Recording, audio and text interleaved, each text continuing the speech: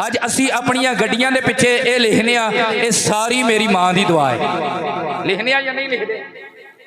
मेरी अम्मा की दुआ है। मैं क्या जरा कई वंदा रहा उसकी कोई नहीं, जरा धुप्पे सड़ता रहा उसकी कोई नहीं, जरा 10-10 साल बाहर धक्के खाता रहा, कागज नहीं बने, घर नहीं आ सकिया, सुख की रोटी नहीं खा सकिया, केक डब्बा रोटियां खा के उस गुजारे किते ने, अपने हाथ ना उस कपड़े धोते ने, ओदी कोई भी दुआ नहीं।